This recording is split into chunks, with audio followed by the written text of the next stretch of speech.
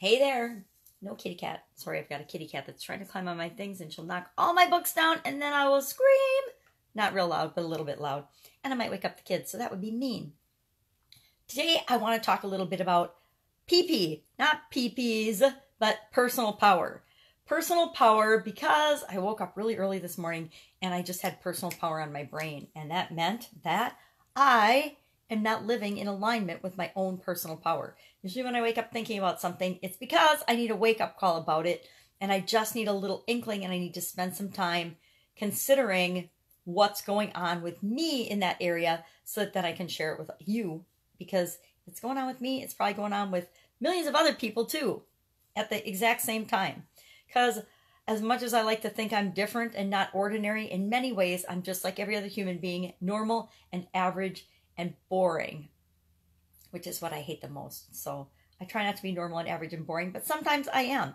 And some of my thinking and some of my thoughts follow the same pattern as every other human being. So I woke up thinking about personal power and what do we give our personal power to? I was horrified about a month or so ago. I realized I woke up with my ex-husband's voice was the first voice I heard in my head every single morning. And he's a fine person, don't get me wrong, but his voice doesn't belong in my head. Number one, we're divorced, so it definitely doesn't belong in my head, but it never belonged in my head in the first place. I let it in. I let his voice become my voice and my inner voice, which is super frightening that we would ever let anybody else's voice become the voice in our head. Yet we do it all the time.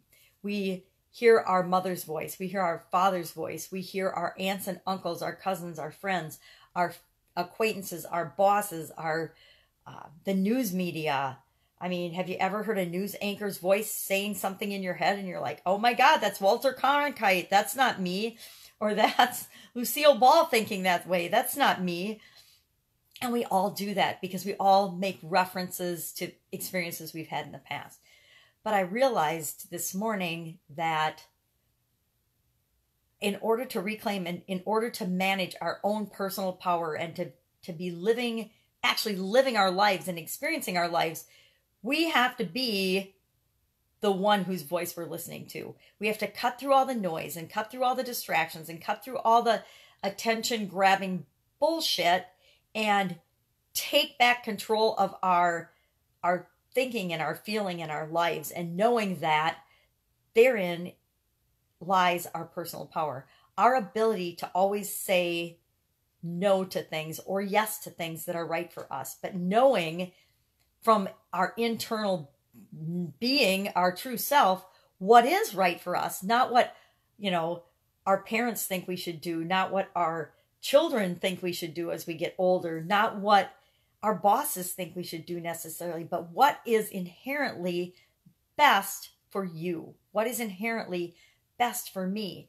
That's where we need to stop, think, feel, and listen to our bodies and our minds and our feelings and our intuition and whatever it takes to tap into the knowing of what is for me and what isn't for me, what's good for me, what's not good for me. As much as I like caramels, I love caramels. It's one of those things I adore caramel, but it's not good for me. So I know I can have caramel once in a while, but I better not eat it every day, and I better not eat it in excess. It's kind of like ice cream. I love ice cream, but I know every time I eat ice cream, I feel lousy. So I really have to think and choose, do I really want to eat that ice cream for that instant gratification, knowing that I'm going to feel lousy? Or do I just want to say, it's in my best interest to not eat ice cream every day, to not eat caramels every day, to not listen to the news every day. Whatever it is for you and whatever it is for me, we need to give ourselves permission to become, number one, aware of what's getting our attention, what's stealing our attention. And if something's got our attention, guess what? We're letting it think for us. We're not thinking for ourselves. We're letting it feel for us. We're not feeling for ourselves. If I'm watching a movie or say a show on Netflix and it's just a no-mind activity as an escape, I soon discover that all of a sudden the tone and the vibration and the energy of that show is the energy and the tone and the vibration that I'm feeling. And sometimes that's okay. Other times it's not. If I watch a scary movie right before I go to bed, Do I really want to go to bed and to sleep with that kind of scary, hyped up, negatively excited energy? Not so much. I don't necessarily have a great night's sleep. And it's true of absolutely everything we surround ourselves with.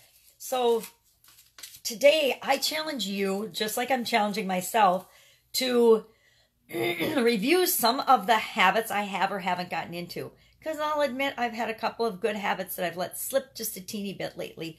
And I know that it's in my best interest to get back on track with those things because I created them as habits intentionally because I knew they were in my best interest and good for me. So again, the first step in analyzing anything, and our personal power is no exception, is asking ourselves and becoming aware of when and where am I giving up my personal power? When am I just going with the flow and letting everybody else decide? You know, I worked in corporate America a long time, and I did not have a reputation for going with the flow, but sometimes I would just go with the flow of what everybody else wanted because it didn't matter. And I like to choose and fight my battles where it was important, where it mattered for the good of the organization. And so there were times when I would just sit back and go with the flow, and I would therefore give up my personal power to the power of the group or the team for the betterment and for the good of the organization. And we do that, but I did that with conscious awareness. I knew that I was intentionally backing off on a position I may or may not hold and choosing the greater good for the particular situation. And we need to do that with our own life too. We need to know, am I spending too much time on Facebook? Am I spending too much time on Netflix? Am I listening to the radio? Am I watching the news? Am I screaming at the TV because I'm getting all carried away about some politician or some event that's happened in the world, halfway across the world, that has nothing to do with me, will never really impact my life, and there's nothing I can do about it? Now, if there's something I can do about it, and I want to do it, say I can contribute money to a hurricane fund or something, then I can do something about it and I can feel better about it. But feeling distraught and taking on the feelings of other people's situations when it's not in my own best interest is just giving away my personal power. So first thing I'm going to do is I'm going to be aware of when and what situations I'm allowing myself to let that happen in. And it's usually when I am not paying attention and I'm just going with the flow of social media or the news or something that's going on around me. I'm going to make a conscious effort to be present, to be in the present moment, to be paying attention now, exactly right now, this instant. How am I feeling? How does what I just heard, saw, or experienced make me feel? And what do I think about it? Not what does someone else think about it? What does this mean to me because I had this situation in the past? What does this exact situation experience mean for me right this minute, right this now, instant? And then I can consciously decide how I want to feel about it, what I want to think about it, and how I want to give meaning to this experience, this thing I heard, this thing I saw, this event. I'm going to consciously decide how to interpret it that's in my own best interest instead of having it be something that zaps my personal power. Say, for example, I approach a new business associate and I want to do a joint venture with them, and they reject me totally. Excuse my throat. They reject me totally and say, absolutely not. I don't want to do this business venture with you. Now, they don't give a reason, and it doesn't matter. So now, that experience, I could take that and I could turn that into a really negative event, and I could zap my personal power and say, oh, they hate me. They don't want to do business with me because of all these bad things about me.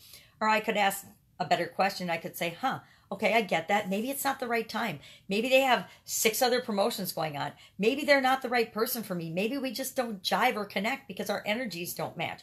There could be a million reasons, most of which have nothing to do with me not being good enough. Although our human tendency is to think, oh, they rejected me because I'm not good enough. I'm never going to be good enough. I might as well just quit.